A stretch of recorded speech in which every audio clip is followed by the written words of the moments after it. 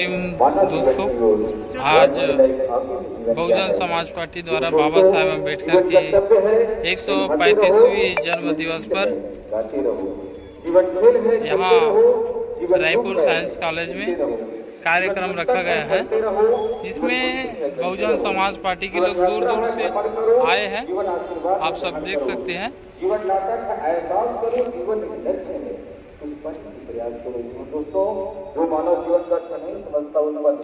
आप सब देखना, मैं आपको दिखाऊंगा। दोस्तों, गम को पिए जाने का आखिर काम है दोस्तों, गम को पिए जाने का और जिंदगी के नाम में दोस्तों हम को उठा कर दिए जाने का। तो आइए चलते चलते पैगाम की ओर। और सभी जानते हैं हमारे भारतीय संस्कृति की परंपरा के अनुसार हम जब भी कोई कार्य शुरू करते हैं तो अपने रास्ता करते हैं। तो आइए हम आज इस कार्यक्रम में हम सबके मसीहा महामानव बोधिसत्व बाबा साहब डॉक्टर भीमराव अम्बेडकर जी की शहादत को नमन करते हुए यह गीत हम सभी को सदन समर्पित है।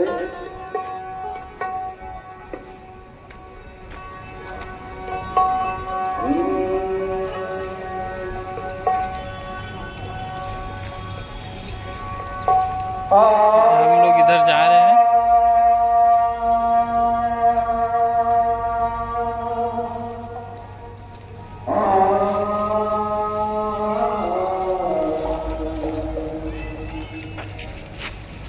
काफी जबरदस्त लग रहे हैं, आप लोग देख सकते हो। आप लोग मेरे साथ वीडियो में बने रहो।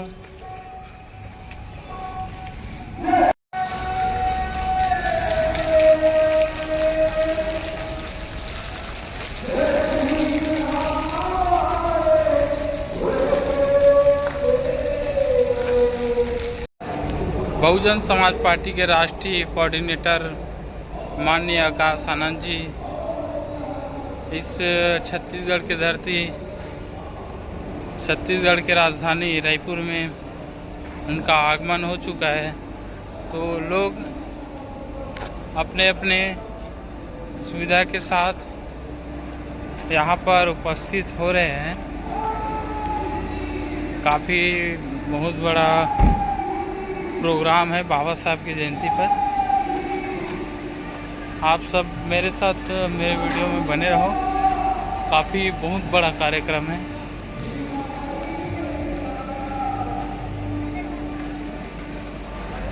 देख सकते हो यहाँ पर बहुजन समाज पार्टी के लोग, खाने पीने की व्यवस्था है हर चीज़ की। और यहाँ पे दिख रहा है बड़ा बड़ा बस।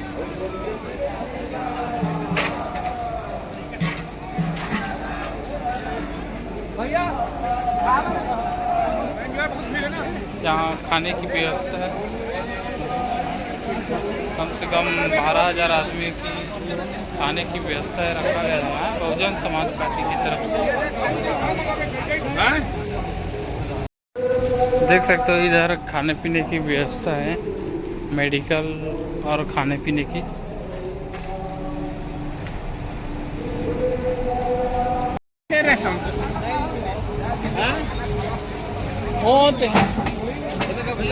यहाँ कार्यकर्ता लोग सुबह रात से आए हैं, तो खाने के लिए लाइन पे लगे हैं।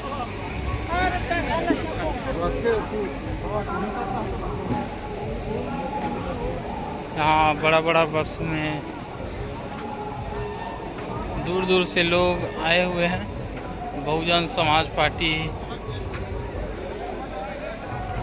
के कार्यकर्ता लोग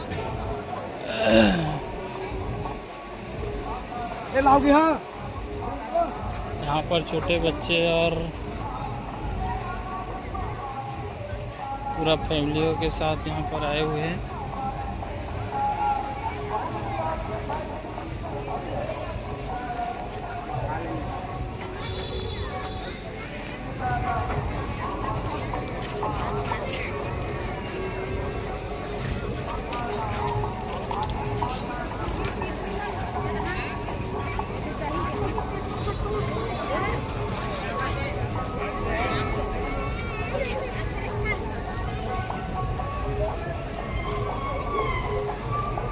बहुत बड़ा प्रोग्राम है बाबा साहेब अम्बेडकर की जयंती पर बहुजन समाज पार्टी के लोग।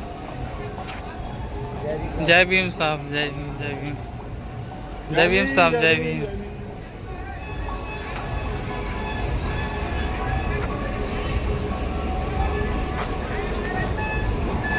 और अभी गाड़ी आ रहे हैं।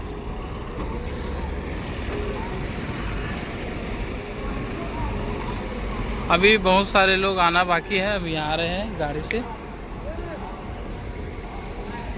इतना बड़ा कार्यक्रम है बहुजन समाज पार्टी का 2028 की बहुत बड़ा तैयारी है छत्तीसगढ़ में। इस बार बहुजन समाज पार्टी के लोग डटे हुए हैं छत्तीसगढ़ में। इस बार बहुजन समाज पार्टी के लोग डटे हुए छत्तीसगढ़ में कि इस बार का हमारे बगैर किसी का सरकार न बने। बहुजन समाज पार्टी के लोगों ने ताल ठोक दिया है छत्तीसगढ़ में। और यहाँ पे पूरे छत्तीसगढ़ के लोग, बहुजन समाज पार्टी के लोग इकट्ठा हो रहे हैं रायपुर साइंस कॉलेज मंदिर, साइंस कॉलेज बूढ़ा तालाब पे। और अभी लोग आ रहे हैं, अभी शुरुआतें हैं। शुरुआत में अभी सभी लोग आएंगे, उसके बाद देखेंगे। अभी अंदर जाके देखते हैं।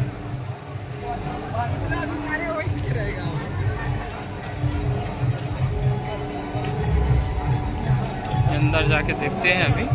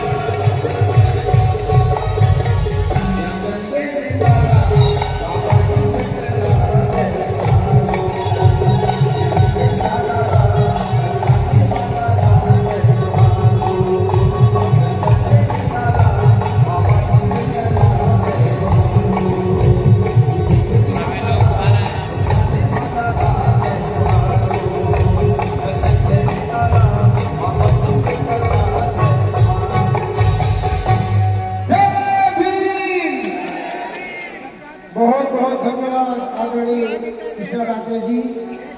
बहुत ही शानदार गायन गाने गीत के माध्यम से भारतीय संविधान के शिल्पकार बोधिसत्व परम पूज्य डॉक्टर बाबा साहब अम्बेडकर के जयंती पावन दिला पर आपने उनके जीवन चरित्र के ऊपर बहुत ही सुंदर गाने का प्रस्तुत किया।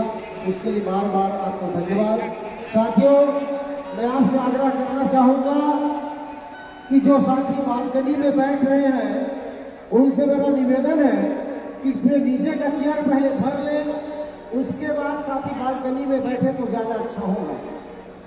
साथियों, चूंकि नीचे अभी खाली है तो इसलिए मेरा आप लोगों से बार बार निवेदन है कि कृपया आप लोग नीचे चेयर लगी है उस चेयर में आप लोग बैठ जाएं। और बाहर जो भी साथी घूम रहे हैं उन साथियों से मेरा निवेदन है कि कृपया ऑडिटोरियम के अंदर आकर के अपना स्थान ग्रहण करें ताकि कार्यक्रम सुचारू रूप से चलाया जा सके।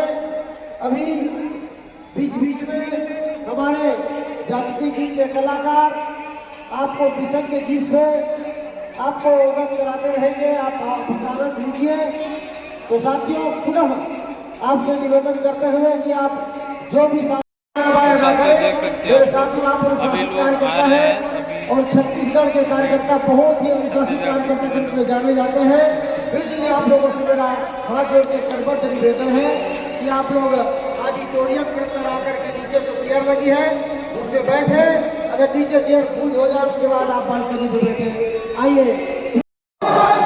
मायावती जी जिंदाबाद, जिंदाबाद जिंदाबाद कुमारी मायावती जी जिंदाबाद, जिंदाबाद जिंदाबाद। धन्यवाद साथियों, आप अपना जागृति गीत शुरू करें। लाचारों को न्याय नहीं मिलती थी, क्योंकि अपराधी अत्याचारी भरे रहते थे राज घराने में। और कुछ लोग कहते हैं कि गांधी नेहरू का हाथ रहा है देश को आजाद कराने में। कुछ लोग कहते हैं कि गांधी नेहरू का हाथ रहा है देश को आजाद कराने में। पर परंतु कि आपके साथी ऑडिटोरियम के बाहर घूम रहे हैं, उनको कृपया ऑडिटोरियम के अंदर बुलाएं और उनको स्थान में बैठाएं ताकि हमारा कार्यक्रम सफलतापूर्वक संचालित हो सके। मेरा आपसे करबद्ध प्रार्थना है कि माननीय मुख्य अतिथि जी का आने का समय हो चुका है, तो कृपया आप अनुशासन का पालन करते हुए अपने सभी साथी को यथास्थान बैठाने का।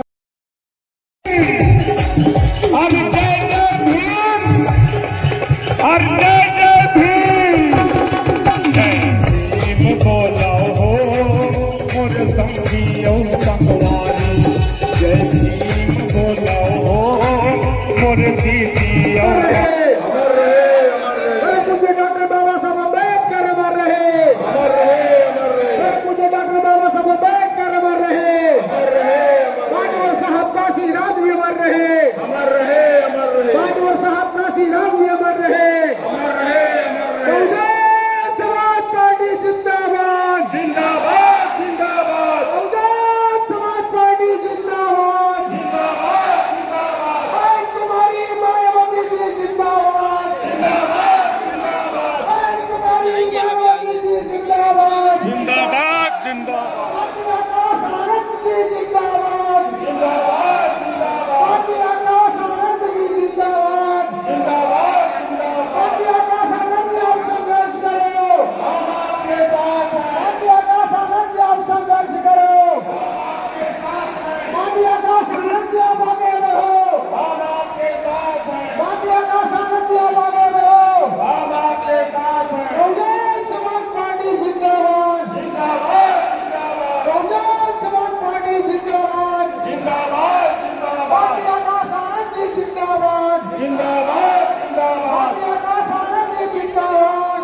जिंदाबाद जिंदाबाद। बहुजन महापुरुषों के सम्मान में, नारियों के सम्मान में, बीएसपी मैदान में, दलितों के सम्मान में, बीएसपी मैदान में, पिछड़ों के सम्मान में, बीएसपी मैदान में, आदिवासियों के सम्मान में, बीएसपी मैदान में, सर्वजन के सम्मान में। बीएसपी मैदान में। बहुजन समाज पार्टी जिंदाबाद, जिंदाबाद जिंदाबाद। बहुजन समाज पार्टी जिंदाबाद, जिंदाबाद जिंदाबाद। पार्टी आकाश आनंद जी जिंदाबाद, जिंदाबाद जिंदाबाद। पार्टी आकाश आनंद जी जिंदाबाद। जिंदाबाद जिंदाबाद। मुझे डॉक्टर बाबा साहब अम्बेडकर अमर रहे, अमर रहे अमर रहे मुझे डॉक्टर बाबा साहब अम्बेडकर जी अमर रहे, अमर रहे अमर रहे बागवत साहब काशी राम जी अमर रहे, अमर रहे अमर रहे बागवत साहब काशी राम जी अमर रहे।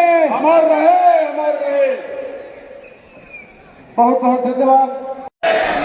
मुझे डॉक्टर बाबा साहब अम्बेडकर अमर रहे, बागवत साहब काशी राम जी अमर रहे, बागवत साहब काशी राम जी अमर रहे। साथियों, माननीय आकाश आनंद जी जिंदाबाद, बहुजन समाज पार्टी जिंदाबाद, बहुजन समाज पार्टी जिंदाबाद। माननीय आकाश आनंद जी आप संघर्ष करो, माननीय आकाश आनंद जी आप संघर्ष करो, हम सब आपके साथ हैं। आकाश आनंद जी आप आगे बढ़ो।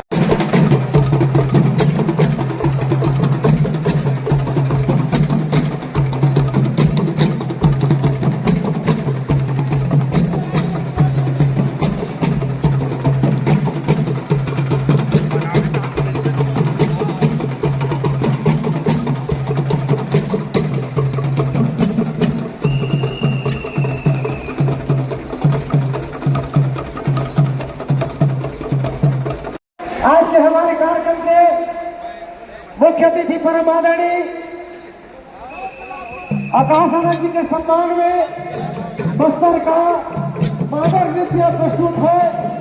आप सभी साथी अपने अपने स्थान पर बैठ जाए और इधर जो सामने बगल में जो साथी खड़े हैं उनसे निवेदन है कि उधर सीट पे बैठ जाए।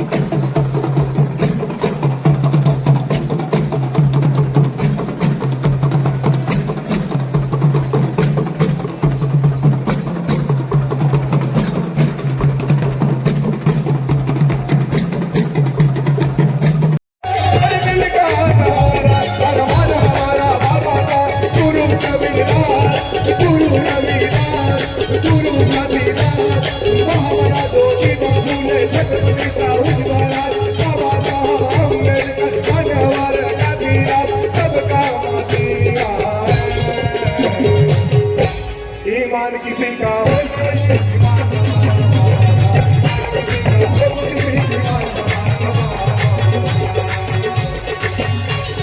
ताली बजाए दोस्तों,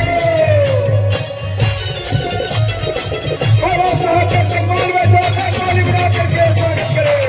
माननीय अतिथियों का ताली बजा करके स्वागत करें।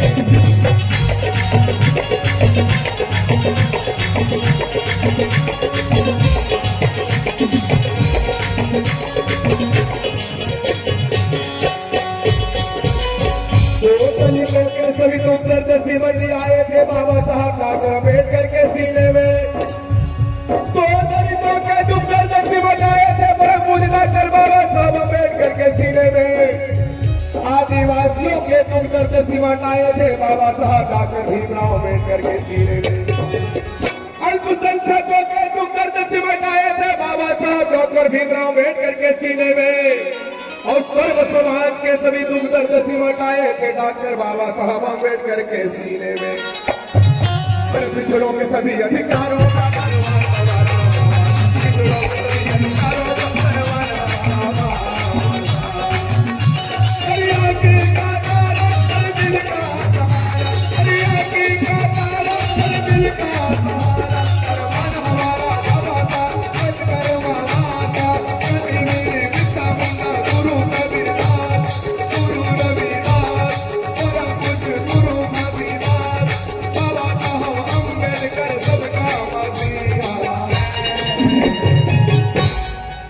किसी का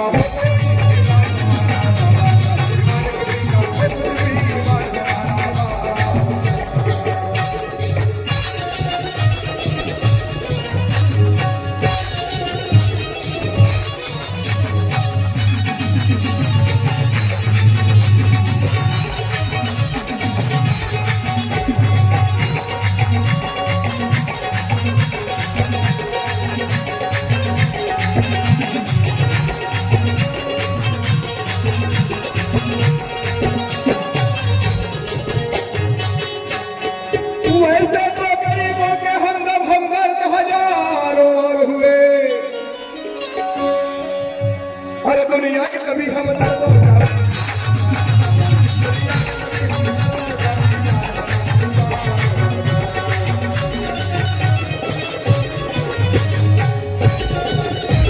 ताली नहीं रुकनी चाहिए बाबा के सम्मान में।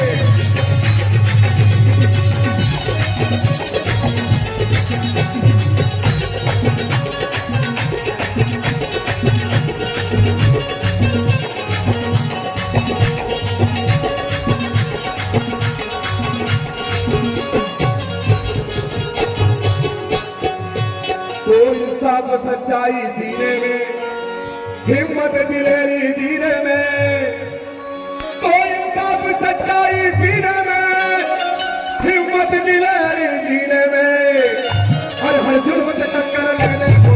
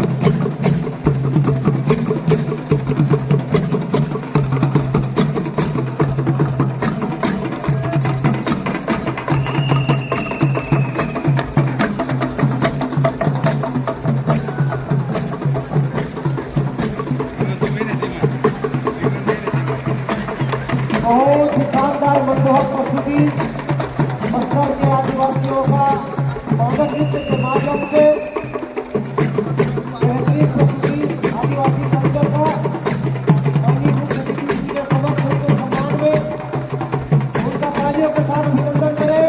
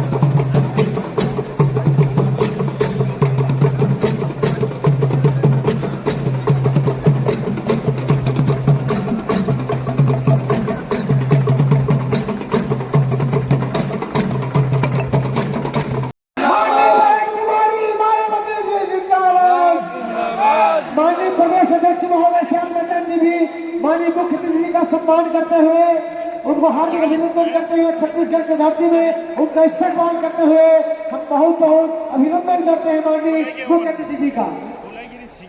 आइए साथियों, विचारों की कड़ी को आगे बढ़ाते हुए उचित मार्गदर्शन उद्बोधन के लिए हमारे बीच विशिष्ट अतिथि के आसन पर विराजमान परम सम्मानीय बेस कैंसर छत्तीसगढ़ में हम पहली बार उनको देख रहे हैं। परम आदरणीय परम पूज्य डॉक्टर बाबा साहब अम्बेडकर जी की 135वीं जन्म जयंती कार्यक्रम में हमारे भी छत्तीसगढ़ में हम लोगों को मार्गदर्शन देने के लिए हमारे बीच में आज के कार्यक्रम के मुख्य अतिथि परम आदरणीय आकाश आनंद का आभार करता हूँ।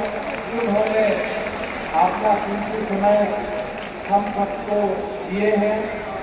मंच में मंचासी माननीय बहन कुमारी मायावती जी के दिशा निर्देशों को हम छत्तीसगढ़ प्रदेश के पदाधिकारियों को अक्षर का पालन करवाने और हम लोगों को मार्गदर्शन करने वाले हमारे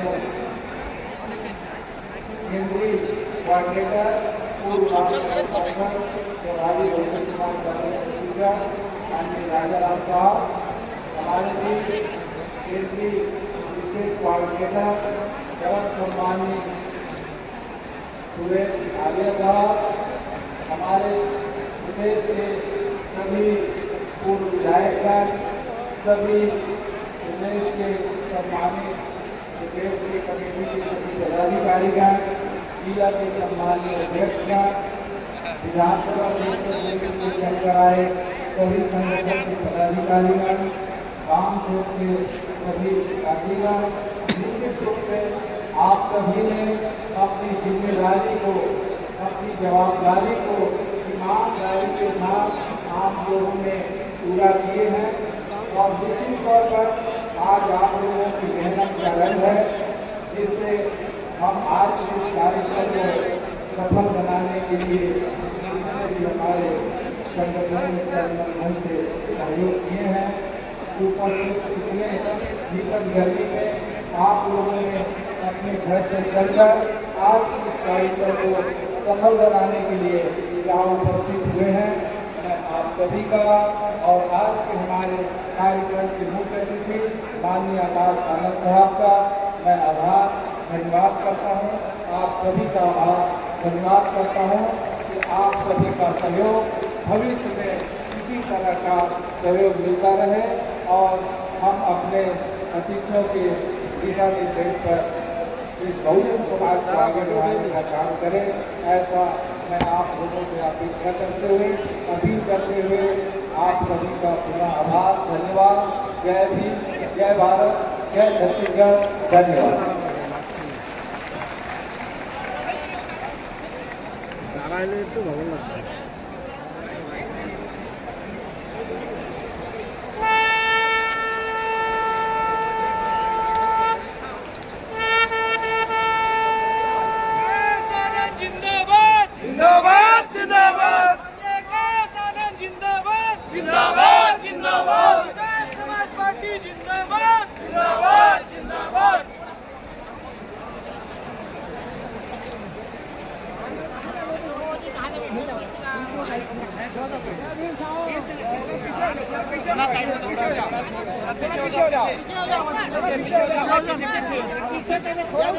पीछे हो जा सर जी, थोड़ा पीछे होगा, जो कहा उसके बाद भी खड़ा होना चाहिए, ठीक है ना?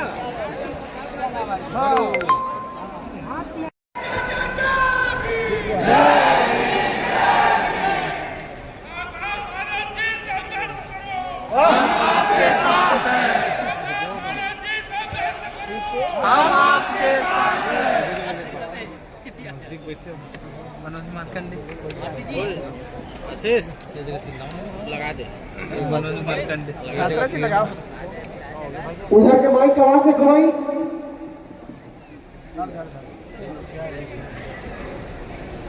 जय भीम। साथियों मैं समझ सकता हूं कि आप काफी देर से इंतजार कर रहे हैं, परंतु बाबा साहब जी को भी अपनी पूरी जिंदगी त्यागनी पड़ गई हमें अपने पैरों पर खड़ा करने के लिए। तो आप आज उनके नाम को गर्व से, पूरी जान से दोबारा दोहराएंगे और कहेंगे जय भीम, जय भीम, जय भीम। साथियों, आज नहीं दिखत यार, प्रदेश की राजधानी रायपुर में बहुजन समाज पार्टी की आज डॉक्टर भीमराव अम्बेडकर जी की जयंती की सभा में शामिल हमारे यहाँ पर मौजूद मेरे सभी माताएं, बहनें, बड़े बुजुर्ग और उनके साथ साथ मेरे सभी छोटे भाई बहनें, युवा साथी, आप सभी ने इतना कीमती समय निकालकर अपने दिन में से यहाँ हम सबको सुनने आए, इस सभा में शामिल हुए, बाबा साहब जी की, बाबा डॉक्टर भीमराव अम्बेडकर जी की जयंती मनाने के लिए आप सब इकट्ठा हुए। तो आप सभी का मैं तहे दिल से धन्यवाद और आभार प्रकट करता हूँ।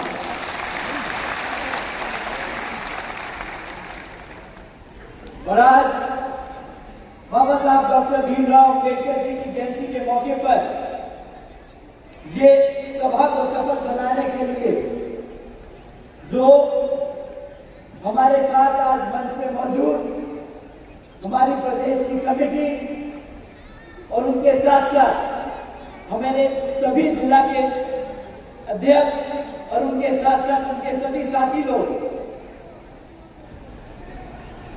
आप सब ने जो दिन रात मेहनत कर चंद 16 दिनों में इतनी बड़ी सभा आयोजित की और इसको सफल बनाया, इतने बड़े स्टेडियम को आपने कुछ ही दिनों में भर दिया, तो आप सभी का मैं तहे दिल से धन्यवाद और आभार प्रकट करता हूं।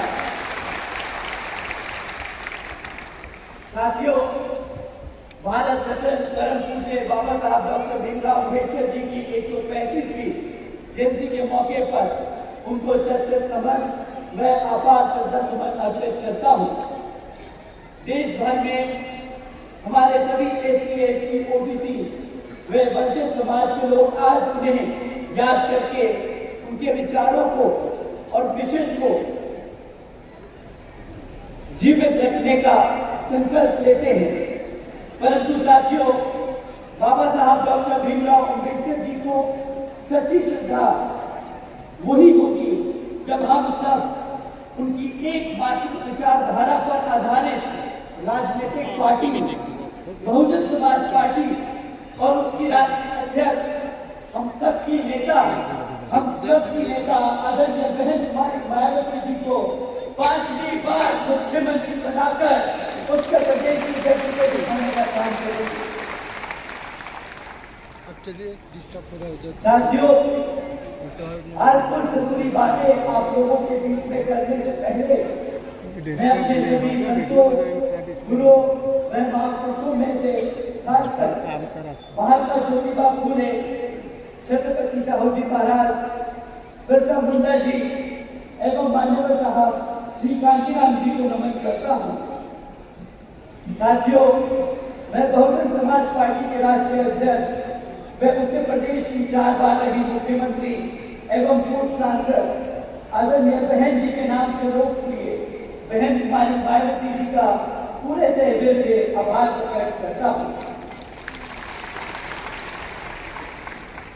जिन्होंने अपनी पूरी जिंदगी बहुजन समाज पार्टी के जन्मदाता एवं संस्थापक मान्यवर साहब श्री काशीराम जी के बताए हुए रास्ते पर चलकर परम पूज्य बाबा साहब डॉक्टर भीमराव अम्बेडकर जी के मानवतावादी एवं आत्मसम्मान एवं स्वाभिमान के मूवमेंट को के कारवां को अपने आजीवन त्याग, तपस्या व कड़े संघर्ष के जरिए एक नई राजनीतिक ऊर्जा, शक्ति व पहचान दी है तथा उत्तर प्रदेश जैसे विशाल व महत्वपूर्ण राज्य में 4 बार अपनी पार्टी BSP के नेतृत्व में सरकार बनाकर खासकर हमारे बहुजन समाज के लिए एक ऐसी मिसाल बन चुकी है जिससे प्रेरणा लेकर करोड़ों लोग यहाँ हमारे छत्तीसगढ़ में भी सामाजिक परिवर्तन व आर्थिक तरक्की के इस मिशन कार्य से जुड़े हैं। इतना ही नहीं बल्कि मैं खुद भी उनके इस नेतृत्व से प्रभावित होकर BSP मूवमेंट से जुड़ा हूँ और उनके प्रशिक्षणों पर चलकर इस मिशन की दायित्व, कर्तव्य व फर्ज को अपनी आखिरी सांस तक निभाने की पूरी कोशिश करता हूँ। साथियों, आज बाबा साहब की 135वीं जयंती पर मैं आपके सामने खड़ा हूँ, लेकिन सिर्फ फूल चढ़ाने के लिए नहीं। आज मैं एक सवाल पूछना चाहूंगा। जो शख्स यहाँ पे मौजूद हर एक व्यक्ति से मैं एक सवाल पूछना चाहूंगा कि क्या हमने बाबा साहब का जो सपना था पूरा किया? क्या हम आज इतने सालों के बाद भी बाबा साहब का सपना पूरा कर पाए हैं?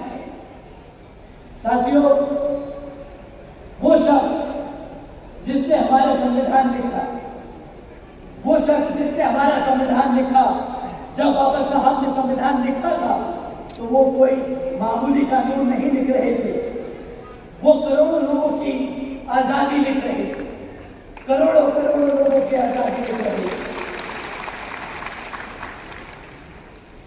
उन सब की आजादी जो सदियों से दबे कुचले रहे, और ये संविधान किसी एक जाति को देखकर नहीं लिखा गया। बाबा साहब जाति ये हर उस इंसान के लिए लिखा जिसे यहाँ की व्यवस्था सदियों से बाबा साहब ने हर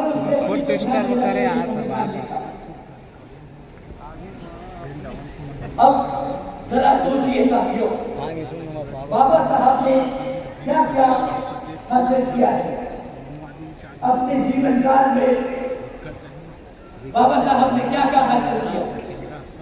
वो शख्स जिसे अछूत माना जाता था, वो जिसे स्कूल के बाहर रखकर पढ़ाया जाता था, जिसे स्कूल में पानी नहीं पीने दिया जाता था, वो जिसे जिसने अपना घर नहीं दिया, वो जो इंसान, ये शख्स वो है जिसने इस भारत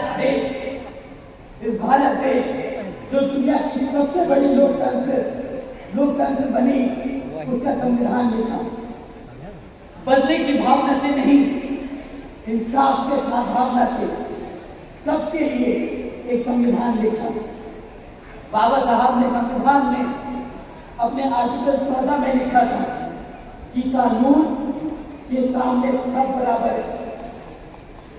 आर्टिकल 14 में लिखा था कि कानून की नजरों में सब बराबर है।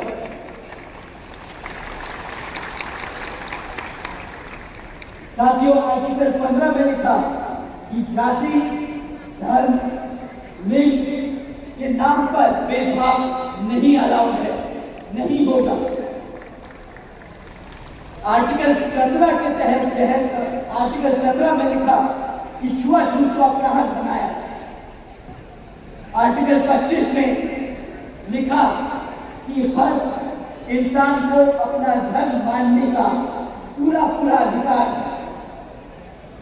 और आर्टिकल 46 में लिखा कि सरकार को SC, ST, OBC और अल्पसंख्यक समाज के लोगों की शिक्षा और रोजगार, आर्थिक तरक्की का ध्यान रखना होगा।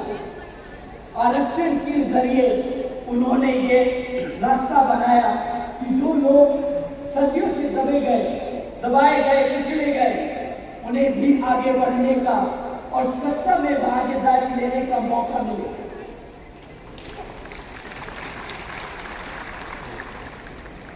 परंतु अम्बेडकरवादी सिर्फ एक ऐसे समाज के लिए नहीं था। लोग कहते हैं कि अम्बेडकरवादी वो लोग हैं जो बाबा साहब को मानते हैं, परंतु अगर किसी ने बाबा साहब को पूरी तरीके से गंभीरता से पढ़ा है तो अम्बेडकरवादी वो आदमी है, वो शख्स है जो अपने आप को भारतीय कहता है, क्योंकि हर भारतीय एक अम्बेडकरवादी है। बाबा साहब समझते थे, साथियों, बाबा साहब समझते थे कि ये जो व्यवस्था है, जो संविधान से पहले व्यवस्था चल रही थी भारत में, कि जाति व्यवस्था के तहत सबसे नीचे दलितों को दबाया गया है। जंगलों में हमारे आदिवासियों को का शोषण किया गया है। खेतों में हमारे OBC पर बोझ डाला गया है और समाज को इस तरह बांटा गया है कि हम सब पीड़ित लोग कभी भी एकजुट ना हो पाए। साथियों, उस भारत को एकजुट कर एक संविधान दिया और तब जाके इस भारत को दुनिया का सबसे बड़ा लोकतंत्र दिया।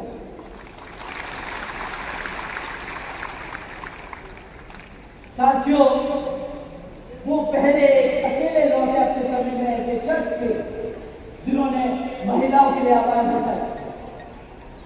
उन्होंने हिंदू कोड बिल लिखा, महिलाओं को संपत्ति का हक दिलाया।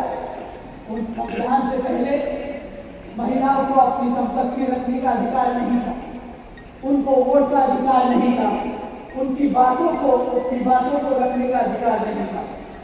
और साथियों, जब बाबा साहब ने हिंदू कोड बिल में महिलाओं की आवाज उठाई, उनके हकों के लिए उन्होंने हकों के लिए उनकी बातें रखी, तो साथियों, नेहरू जी से लेके गांधी जी और गांधी जी से लेकर यहाँ तक कि RSS ने उनका विरोध किया।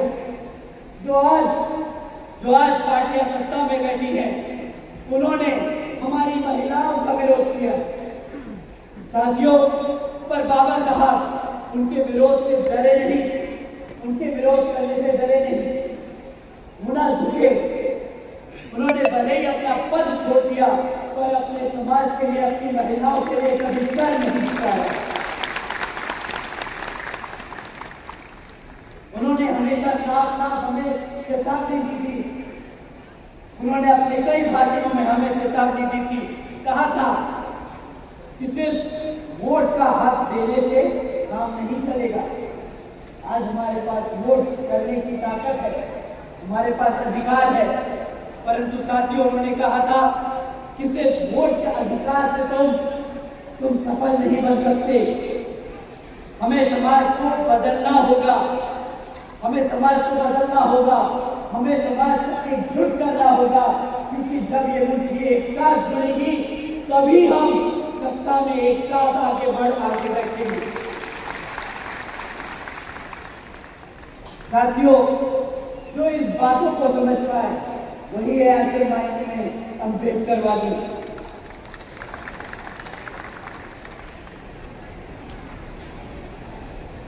अम्बेडकरवादी दया नहीं मांगता, तरस नहीं ना मांगता किसी का, सिर्फ इंसाफ, सिर्फ और सिर्फ इंसाफ मांगता है। क्योंकि बाबा साहब के संविधान में उन्होंने सब समाज के लोगों को, चाहे वो जिस भी जाति धर्म से आते हो, उन्हें इंसाफ दिलाने की बात की है। साथियों, ये तो रही बाबा साहब के संविधान की बातें।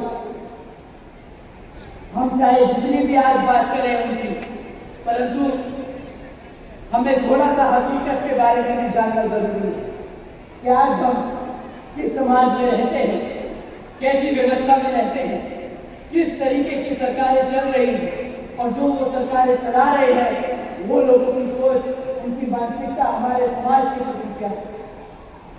साथियों, अगर मैं हमारे एससी समाज की बात करूं तो संविधान को आज 36 साल हो चुके, लेकिन आज सरकारी आंकड़े आप लोगों के बीच में रखता हूं।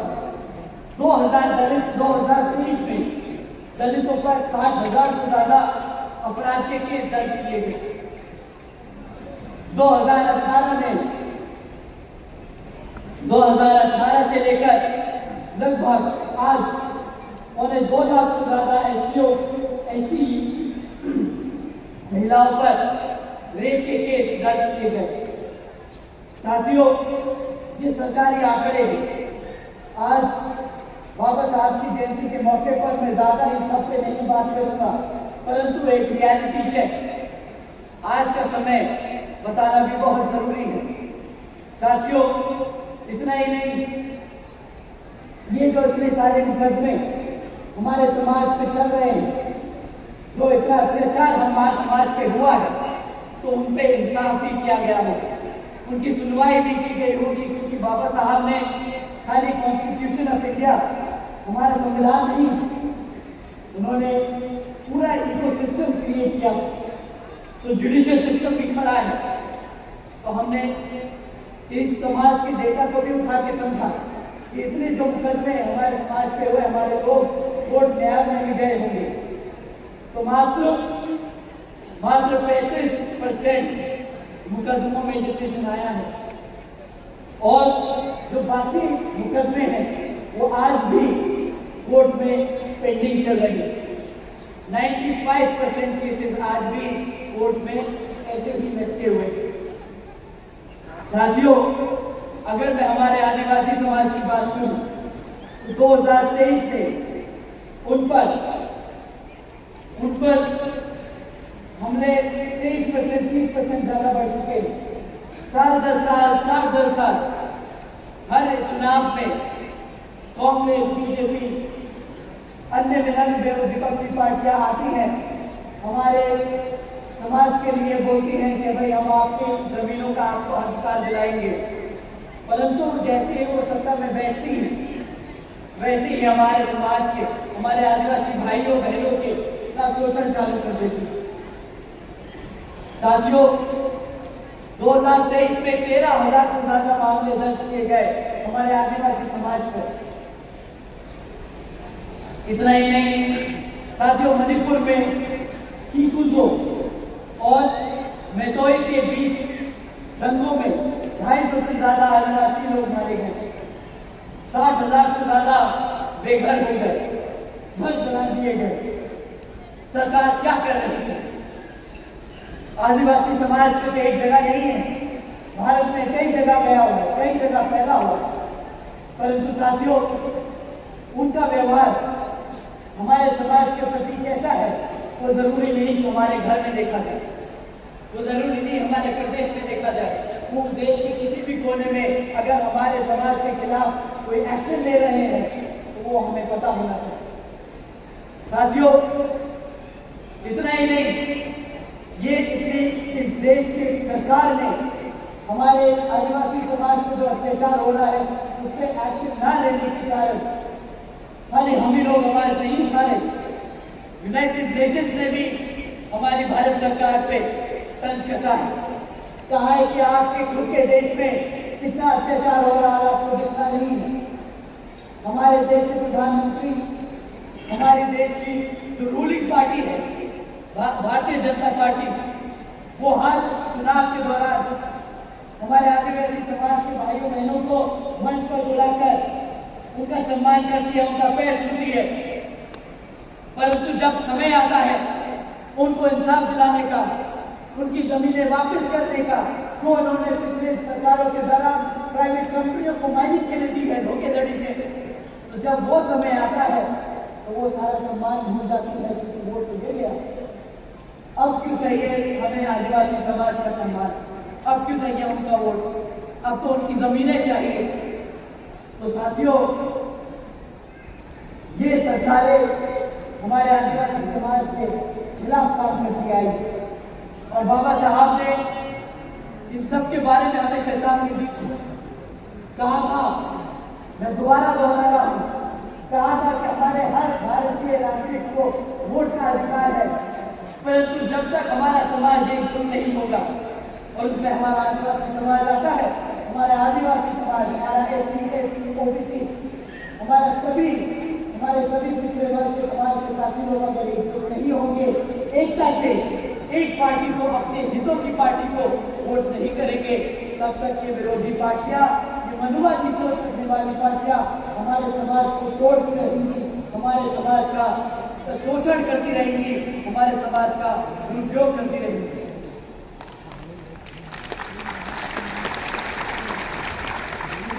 साथियों, आज का भारत ये है, आज का भारत ये है कि संविधान कहता है कि सबका मूलक समाज बने। बाबा साहब का संविधान कहता है सबका मूलक समाज बने, परंतु आज भी भरतपुर में एक दलित बच्चे को गोली मार दी जाती है, उसकी हत्या कर दी जाती है। ये है हमारा आज का भारत। संविधान कहता है संविधान बात करता है सम्मान की, परंतु आज भी कब्या में आदिवासी बहन का ध्यान रेप किया जाता है। ये है हमारे आज का भारत। संविधान बात करता है भाईचारे की, परंतु आज भी रसड़ा में एक दलित परिवार पर उनकी शादी में उन्हीं पर गोली चलाई दी जाती है क्योंकि वो ऐसी समाज से आते हैं। ये है आज का भारत। मैं पूछता हूं, क्या यही वो देश है जिसका सपना बाबा साहब ने देखा? क्या ये वही देश है जिसका सपना बाबा साहब ने देखा था? बताइए साथियों, क्या ये वही देश है? आप हाथ उठाकर कह सकते हैं नहीं।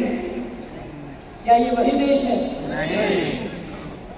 साथियों, हर पार्टी बाबा साहब के नाम पर, हर पार्टी बाबा साहब के नाम पर आज जयंती बना रही है, उनकी मूर्तियों पर फूल चढ़ा रही है, उनके नाम पर योजनाएं चालू करती है, संसद में उनके नाम की कस्में खाती है, परंतु जब उनके समाज को सम्मान, उनके समाज के हितों की बात आती है तो उनकी तरफ से सिर्फ एक ही शब्द निकलता है, वो है चुप्पी, सन्नाटा।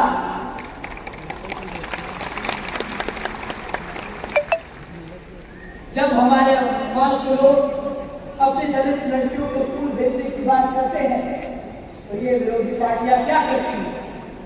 चुप्पी साधती हैं। जब हमारे आदिवासी भाइयों की जमीनों को रखने की, उनके अधिकारों की बात की जाती है संसद में, तब ये सब क्या करते हैं? चुप्पी साधे हुए।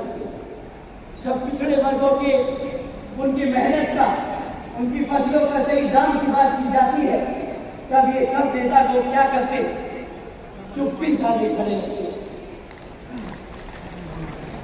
बस खामोशी और बस सन्नाटा। साथियों, जब जब हमारे समाज की बात होती है, जब जब हमारे समाज की बात होती है, तब तब इनके मुंह पे टेप लग जाती है, तब तब इन्हें ये लोग मौन व्रत धारण कर लेते हैं। साथियों, SC ST OBC समाज आज भूमिहीन है। आदिवासी की जमीन कंपनियों को दी जा रही है और 2026 में जो देश चांद पर रॉकेट पहुंचा सकता है, 2026 में जो देश चांद पर रॉकेट पहुंचा सकता है, उस देश के आज भी हमारे समाज के लोग गटर में बिना नंगे हाथों से गटर साफ कर रहे हैं। क्यों? क्योंकि वो मेरे समाज से आते हैं। एक तरफ तो तुम भारत को बोलते हो कि हम शांत कर पहुंचाएंगे, मेरे समाज के लोगों को तुम हाथ में ग्लव्स और एक सूट नहीं दे सकते जब वो गटर में घुस के तुम्हारी गंदी नालियां साफ करता है। साथियों, आज ये है हकीकत, आज का भारत। हम अपने बाबा साहब के संविधान को जो लेकर चले थे, जिस सोच से बाबा साहब ने संविधान को लिखा था, उससे तो हम बहुत दूर हैं। परंतु साथियों, हम बाबा साहब के बच्चे हैं। आप सब यहाँ पे बाबा साहब के बच्चे हैं कि नहीं? हाथ उठा के बताइए। तो साथियों, मैं आप सब की ओर से कहता हूँ कि हम बाबा साहब के बच्चे हैं। हमें हार मानना नहीं आता, हम हार मानना नहीं जानते, हम बैठना नहीं जानते और ना हम डरना जानते। बाबा साहब ने कभी हार नहीं मानी। उन्होंने हमेशा कहा, पढ़ो, लड़ो और एकजुट रहो। पढ़ो, लड़ो और एकजुट रहो। साथियों, आज हम वही करेंगे। हम पढ़ेंगे, अपने बच्चों को पढ़ाएंगे और खाली स्कूल की किताबें नहीं, उन्हें हम अपना संविधान पढ़वाएंगे। हर बच्चे को पता होना चाहिए कि आर्टिकल 17 में क्या लिखा है, आर्टिकल 17 क्या कहता है, आर्टिकल 25 क्या देता है हमें।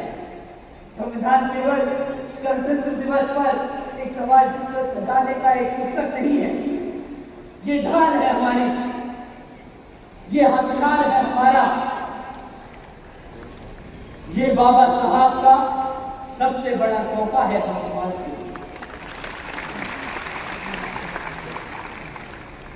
लड़ेंगे हम। किसने बोला हमारा समाज लड़ेगा? नहीं, लड़ेंगे हम, हिंसा से नहीं। हम हिंसा से नहीं लड़ेंगे, हम सच्चाई से लड़ेंगे, सच्चाई को लेकर लड़ेंगे। हर सरकार से हम हिसाब मांगेंगे, हर सरकार से हम सवाल करेंगे, अत्याचार नहीं सहेंगे। दंगों का जवाब पीड़ितों के घर को तोड़कर नहीं, अपराधियों पर कानून की मार से करेंगे।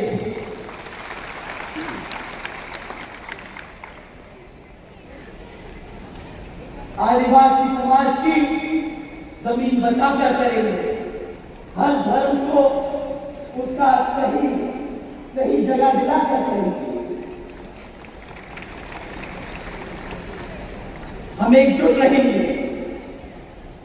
एक जाति के खिलाफ दूसरी जाति को कभी लड़ने नहीं देंगे।